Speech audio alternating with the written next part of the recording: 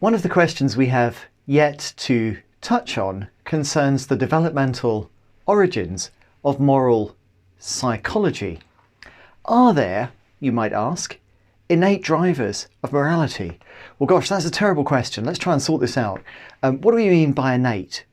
People disagree on this, actually. For the purposes of this course, I'm going to say that innate just means not learned. Innate just means not learned.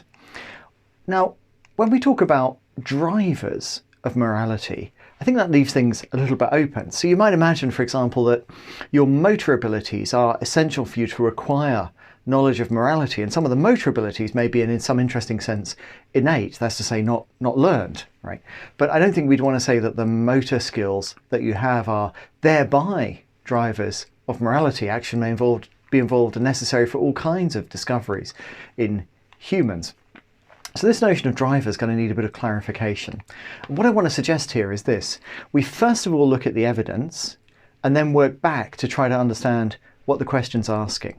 So like many of the questions on this course, this is a question where you have to bring your own interpretation. We can't really rely on the question. The last thing to say here is that when we're talking about drivers of morality, that's kind of very puzzling, isn't it? We must be talking about some kind of moral ability or other. So let's try to get some order in the scene here.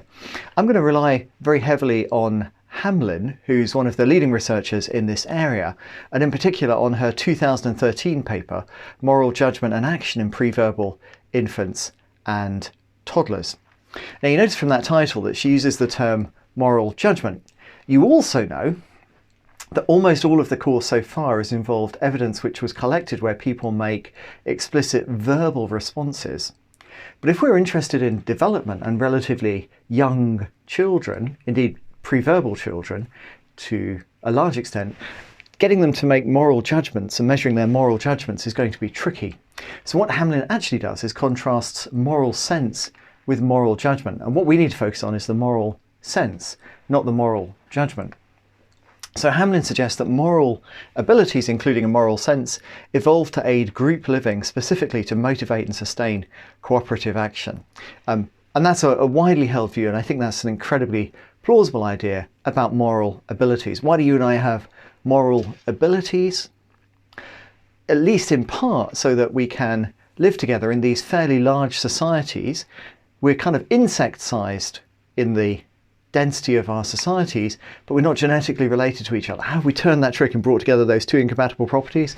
Well, I think that's in large part explained by our moral abilities. So what would be the basic constituents of moral abilities if you were thinking about them as fostering cooperation? Hamlin, I think we can extract three ideas. One is pro-sociality, so roughly speaking, helpfulness towards other people. We need an ability to discriminate between pro and antisocial acts so that we can modulate the behaviour of ourselves and others. And we need some way of applying retribution here in order for there to be some kind of enforcement.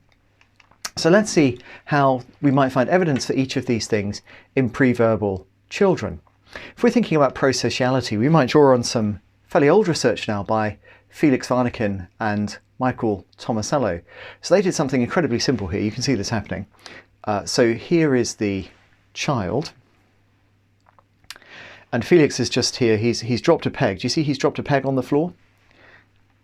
And the child, unprompted, goes over, picks it up, and this child can barely stand. You see how much difficult it is for the child to get onto the two legs. It's very unstable. Still does that, passes the peg to Felix. So there's a lovely illustration of pro-sociality in a child that can barely walk. And what Warneken and Tomasello showed is that in the experimental conditions, but not control condition when it was clear the experimenter had no need of the peg or was unperturbed by the other things, across many, many different kinds of case, children tended to help relatively often, and certainly more often when the experimenter obviously needed help than when the experimenter didn't. So pro-sociality seems to be something that emerges early in life. What about discrimination between pro and antisocial acts? Well, here I'm going to rely very heavily on a story about two elephants, or rather Hamlin relies very heavily on a story about two elephants. So you're going to see a series of videos about these elephants, and what you should notice is that one of the elephants is a helpful elephant and the other helpful elephant is not a helpful elephant.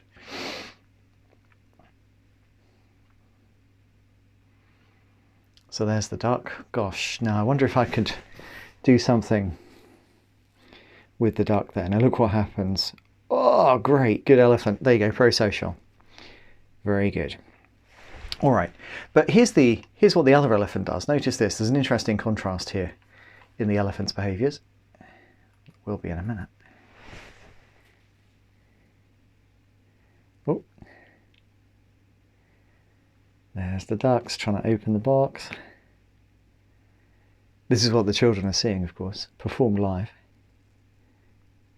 Oh, look at this elephant. Naughty elephant.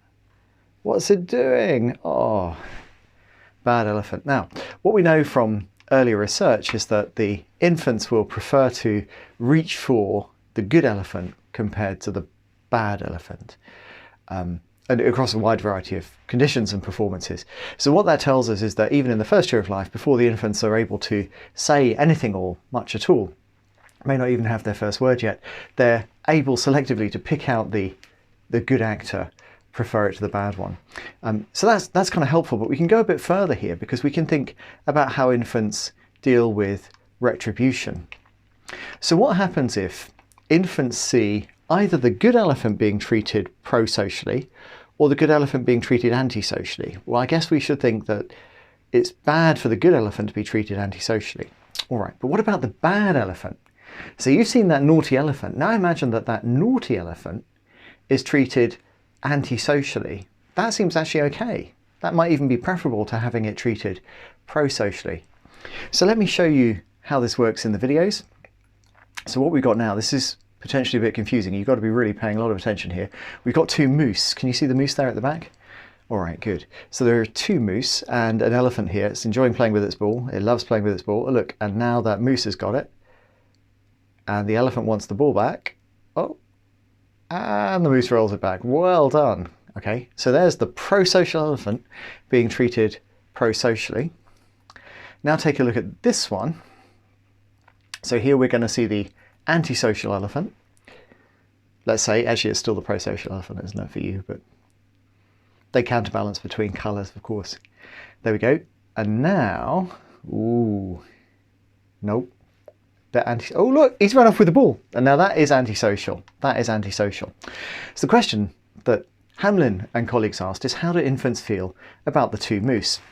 And in the case of the 5-month-olds, they feel great about the pro-social moose and negative towards the antisocial moose, regardless of whether the moose is being nice or mean to the good elephant, that's this one, or to the bad elephant. But look what happens when you hit 8 months of age. Now you see a really interesting reversal. So when the children at 8 months are presented with the two moose and the good elephant, they prefer the pro-social moose, the nice moose. But when they're presented with the naughty elephant, look what happens. In that right column there, the pattern is reversed. There's this beautiful interaction. When you've got the naughty elephant, they like the antisocial moose, the one who steals the ball from the naughty elephant, and they much more than they like the one who doesn't. And that's also what 19-month-olds will do as well. So that's very interesting because that tells us that from around 8 months of age, but perhaps not earlier, infants are into retribution. Now with older children, you can confirm this more easily because you can get them to do things like giving a treat. So when the children are asked to give a treat to another animal, they like to give it to the pro-social and they prefer not to give it to the antisocial. When they're taking a treat away, so for some reason they've got to take away a treat from one of the animals, they tend to do the same thing. They tend to do that with the antisocial. But in the control condition, there's no difference between those things at all. So that again looks like toddlers, if they're asked to give or take away treats, will respond on the basis of whether or not you've been pro-social or antisocial. If you've been pro-social, they treat you nicer. If you've been antisocial, they tend to be retributive. What does Hamlin say about this? Infants, she says, are making relatively complex and sophisticated social judgments in the first year of life. They not only evaluate others based on the local valence of their behaviour, they are also sensitive, says Hamlin, to the global context in which these behaviours occur. Nice. During the second year, young toddlers direct their own valenced acts towards appropriate targets. So that's looking quite positive. Now we come back to the question, are there innate drivers of morality? We've seen that infants can be pro-social, they can distinguish pro and antisocial acts, and that even preverbal infants will perform acts of retribution. They'll treat people who are antisocial differently. Sorry, I said perform acts of retribution. That was the toddlers. They will approve of acts of retribution by selecting the moose. So now what we're going to do is try to relate that back to the innate drivers of morality question. Right? So we're going to try to work out, given the evidence that we've seen, how should we interpret the question? And you remember the key problems here were to understand what kind of moral abilities we're talking about. So what are we talking about when we're talking about morality? And what do we mean by drivers? Here's Hamlin's summary. Developmental research supports the claim that at least some aspects of human morality are innate. Ooh, great. Okay, so that looks very promising, right? We've got that word innate here.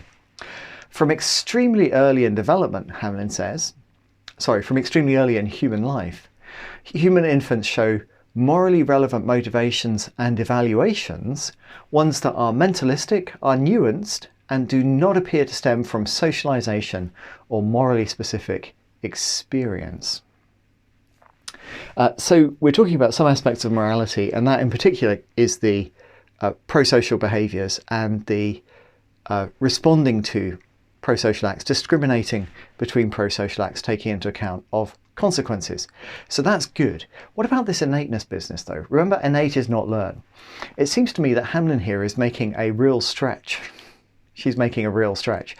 When she says extremely early in life, she means 8 months or so.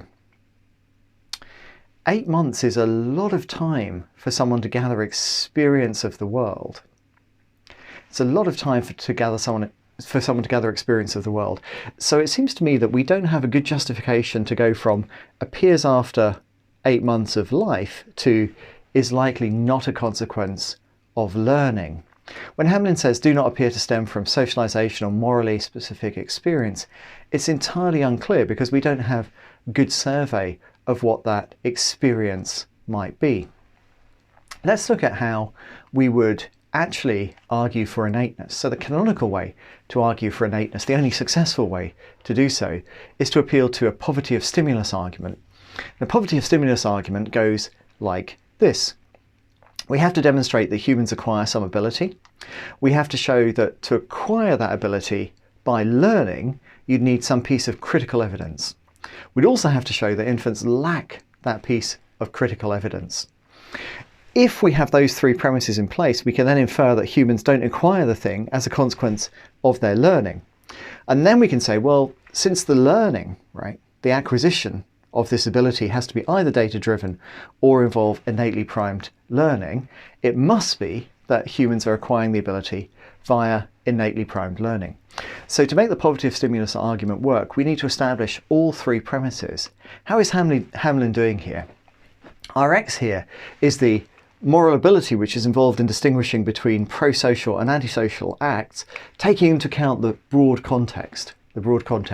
So it's good for the moose to be bad to the elephant if the elephant has been bad to the duck. Ooh, complex.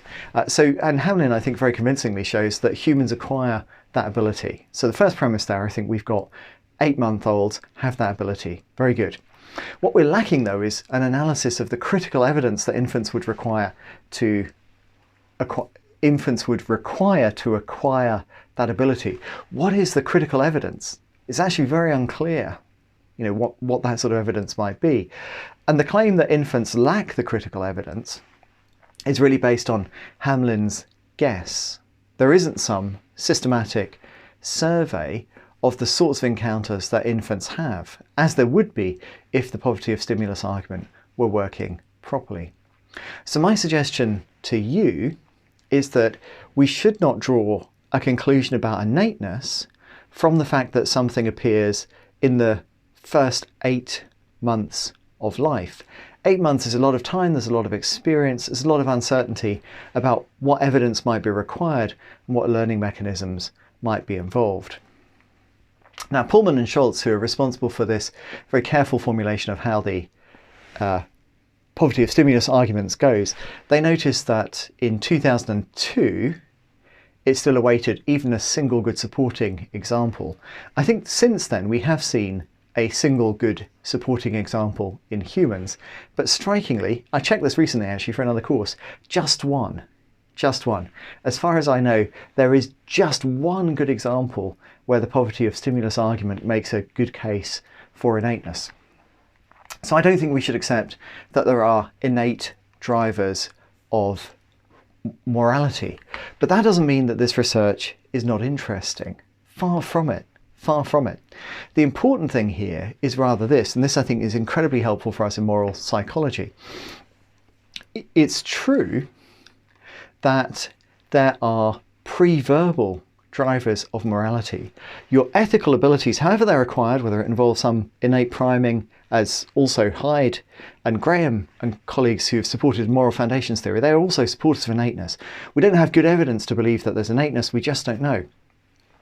But whether or not that's true, there are ethical abilities which appear early in life, before infants develop verbal capacities. And that tells us that those capacities are not a consequence of rich forms of communication with other people around them. If there is cultural transmission, then it's something which involves the ways that people behave and interact with each other. So this tells us that moral abilities run incredibly deep in humans in the sense that you can see them even in preverbal infants.